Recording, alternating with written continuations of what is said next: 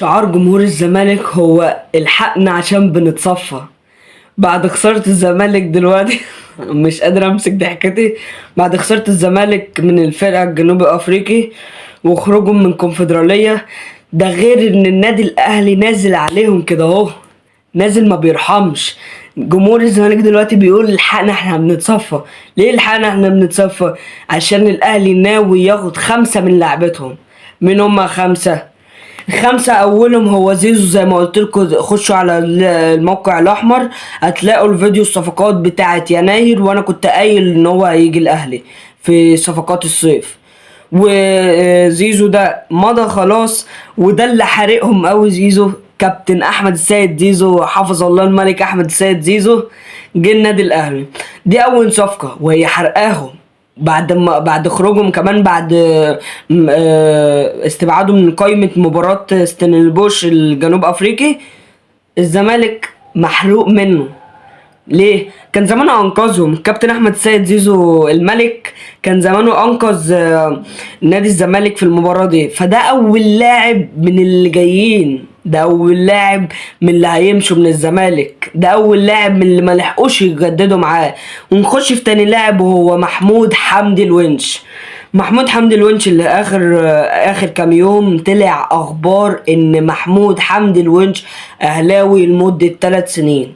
محمود حمدي الونش مدافع روعة، لسه راجع من اصابتين. جمهور الزمالك داخل يقول لك ايه بقى؟ انتوا هتاخدوا لاعب ميت جاي له تشتروا لاعب جاي من 2 صليبي؟ دلوقتي بقى لاعب ميت، لما يجي على مزاجهم يبقى لاعب حلو زي حفظ الله الملك احمد السيد زيزو. يعني اللاعب ربنا يخليه. غير بقولك الونش هو ممكن بنسبة كبيرة يجي النادي الأهلي لمدة 3 سنوات. ونخش على تالت واحد وهو مدافع نادي الزمالك حسام عبد المجيد. في آخر فترة، في آخر كام يوم، طلع أخبار إنه حسام عبد المجيد هو كمان داخل النادي الأهلي في الصيف المقبل. حسام عبد المجيد مدافع حلو، مدافع ينفع الأهلي، بس مش هيلعب أساسي. ليه مش هيلعب أساسي؟ انت عندك اشرف داري، عندك ياسر ابراهيم، في رجوع محمد عبد المنعم الاسطوره. غير ان لو الاهلي جاب الونش هيبقى ليه الافضليه على حسام عبد المجيد. فهو مش، انا حاسسها انها مش هتبقى صفقه لازمه للنادي الاهلي. ونخش على رابع واحد والمفاجاه، مصطفى محمد. مصطفى محمد لاعب نادي نانت ولاعب الزمالك السابق الى النادي الاهلي من الشتاء اللي فات. كنا بنتكلم على مصطفى محمد، مصطفى محمد جاي الاهلي، مصطفى محمد مش جاي، مصطفى رايح الزمالك تاني، لا مش جاي الزمالك.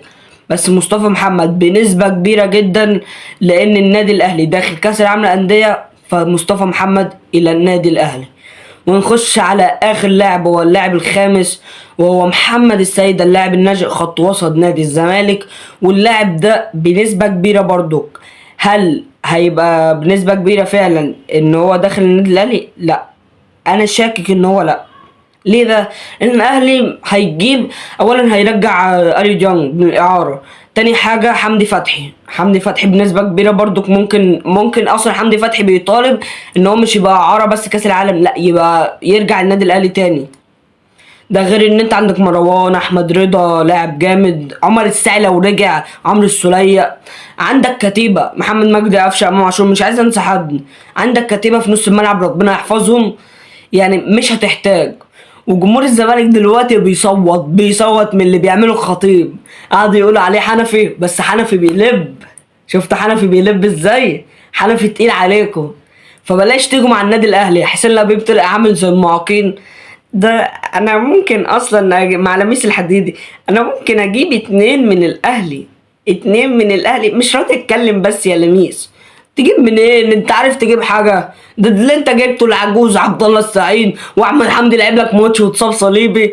يا ابني انتوا عمركم ما توصلوا لنا. بس كده.